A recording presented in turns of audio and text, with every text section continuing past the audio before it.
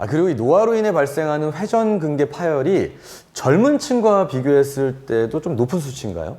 네, 확실히 이제 노령에서 많이 발생하게 되는데 회전근개 질환은 아까 말씀드린 대로 40대 이후부터 주로 증상이 나타나게 되고 노령이 될수록 그 파열의 정도가 어쨌든 전층 파열의 빈도가 완전 파열의 빈도가 더 높아지고 있습니다. 그래서 여성에서 약간 많이 발생한다고는 알려져 있긴 하지만 실제로 통계적으로는 남녀 간에 큰 차이는 없다고 알려져 있고요. 그리고 뭐 비우세측, 우세측의 이완율, 즉 내가 주로 많이 쓰는 팔하고 많이 안 쓰는 팔 사이에도 두 개의 차이는 없다고 알려져 있습니다. 그리고 그 직업에 따른 발생 빈도의 차이는 없다고 알려져 있지만 다른 연구에서는 뭐 야구 선수에서 뭐 투수나 뭐 수영 선수, 테니스 선수, 뭐 목수 이런 직업군에서 발생 빈도가 높다는 연구도 있습니다. 네. 아니 그래도 우리 몸이 참 신통방통한 게요. 자연 치유가 되기도 하잖아요. 그냥 뒀는데 좀 나아지고. 심하지 않으면 그냥 둬도 되는 거 아니에요?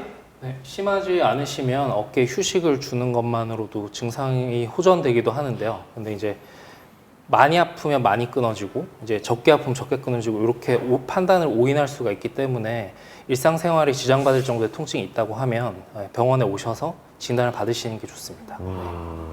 자, 우리 뭐 김홍남 씨가 지금 질문하신 것처럼 뭐 자연 치유라든지 또 민간요법 등에 기대서 치료를 받지 않는다면 또 다른 문제가 생길 수도 있나요? 이제 치료 시기를 놓쳐서 좀 방치를 하게 되면 이제 근육 질이 떨어집니다. 이제 근육 주변이 다 이제 지방으로 변하게 되고 질이 떨어지는 거죠. 그리고 힘줄 자체도 좀 약해지기도 하고요. 그리고 파열 범위가 이제 횟수를 거듭할수록 더 커지겠죠. 그렇게 되면 나중에 치료가 더 힘들어집니다. 네. 그 어깨 회전근개 파열이 진행 단계에 따라 좀 치료 방법도 달라지는 건가요? 크게 부분 파열 또는 이제 완전 파열이라고 봤을 때는 부분 파열 같은 경우는 보통 보존적 치료를 한다고 보시면 됩니다.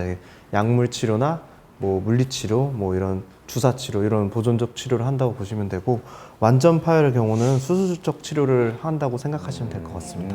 그럼 만약에 수술을 해야 한다면 일상생활을 해야 되는데 회복하는데 얼마나 걸릴까요? 그 회복하는 거는 이제 파열의 범위나 이제 어떤 의사의 수술 방법이나 이런 거에 따라 조금씩 달라지긴 하는데요.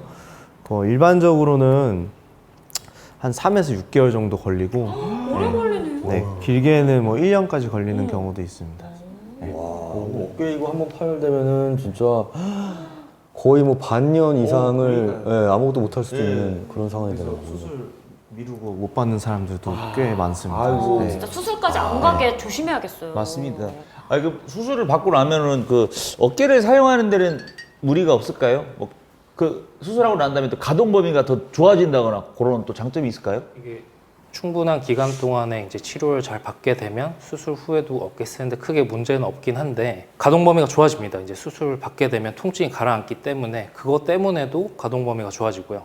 그리고 광범위 파열이나 그런 것 때문에 힘줄이 많이 파열되신 분들은 기능적으로도 확실히 떨어지거든요. 그렇게 되면 이제 힘줄이 끊어져서 팔이 안 올라가신 분들도 수술적으로 그걸 복원을 해줄 경우에 기능적으로 회복이 되겠죠. 그래서 가동 범위가 좋아지기도 하는 거죠. 네. 사실 일단은 수술까지는 좀 피하는 게 좋다는 생각인데 그럼 회전근개가 좀 파열되기 전에 뭐 이렇게 좀 근개를 지키는 요령이라고 할까요? 네. 예방법이 있다면 좀 소개해 주세요.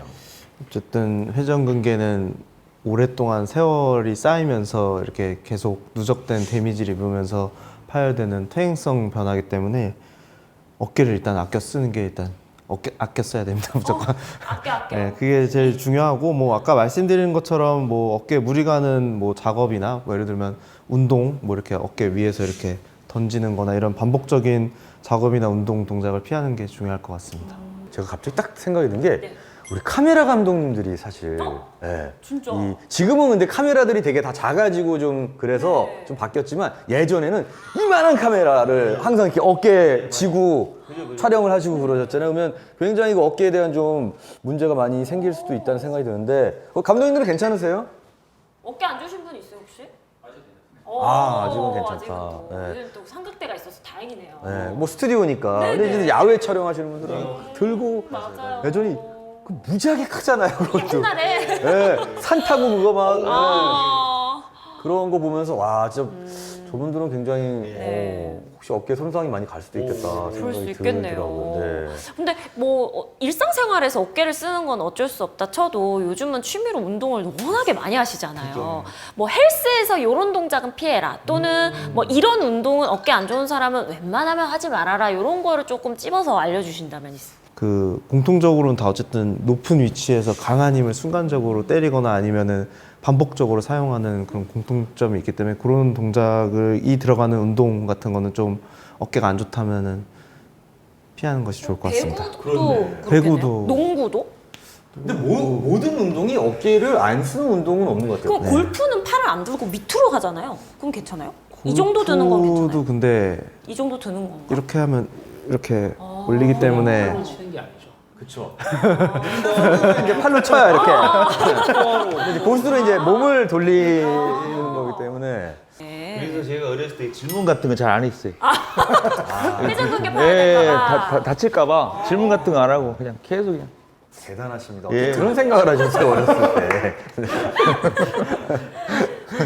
지금 방송 보시는 분들 중에서도 좀 난 어깨가 아픈데 하시는 분도 있을 것 같아요. 이 회전근개 파열을 스스로 진단할 수 있는 자가진단법 있을까요?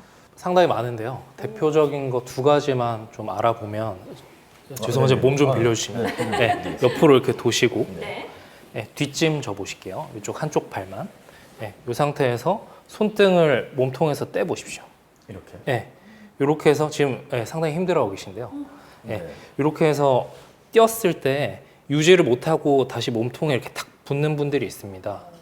통증이 있어서 그렇게 되는 경우가 있고 아니면 힘이 없어가지고 다시 이렇게 탁 몸통에 붙는 경우가 있는데 이렇게 하면 앞쪽에 있는 회전근개, 견갑 파건 파열을 의심을 해볼 수가 있고요. 이런 증상이 있을 경우에 또는 팔을 이렇게 한 몸통에서 45도 펼쳐서 엄지손가락을 아래쪽으로 향하게 한 다음에 천천히 드실 때 저항을 가하시는 겁니다. 반대쪽 팔로 이렇게 저항을 가해서 아래쪽으로 누르면서 이 힘에 반대되는 방향으로 드시는 거예요. 그래서 이렇게 할 때 이쪽에 통증이 생기는 경우에 극상건 위쪽에 있는 회전근개 파열을 의심을 해볼 수가 있습니다. 잠깐만 통증이 있는데요 저는? 네, 검사를 살짝? 받아보시는 게 좋겠죠. 네, 뭐 세진 않아요. 근데 약간 욱신욱신거리는 정도. 보통 이렇게? 40, 50대에서 많이 발생합니다. 네, 어쩔 수 없는 겁니다. 검사한 거 아니에요, 이 정도면? 오. 어쩔 수 없는 거예요. 그냥 같이 사는 거예요. 네, 어느 순간부터는.